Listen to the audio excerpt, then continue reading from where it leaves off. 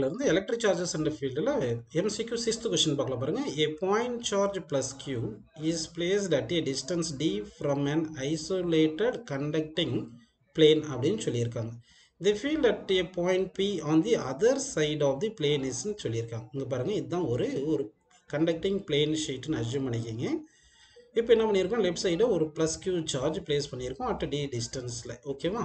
இப்போ இந்த plus Q charge என்ன பண்ணுவோம், இங்கே இந்த பிளேன் கண்டக்டரில் நெகட்டிவ் சார்ஜ் வந்து லெஃப்ட் ஹெண்ட்லையும் ரைட் ஹெண்டில் பாசிட்டிவ் சார்ஜும் இன்டியூஸ் பண்ணியிருக்கும். சர்ஃபேஸில் தான் இருக்கும்.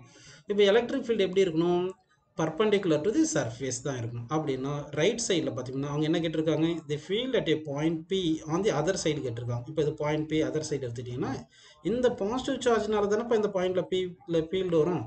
அப்போ இது வரும்போது எப்படி இருக்கும், சர்ஃபேஸுக்கு பர்பண்டிகுலராக இருக்கும் ஃபீல்டு. ஸோ சர்ஃபேஸுக்கு பர்பண்டிகுலராக இருக்கும்.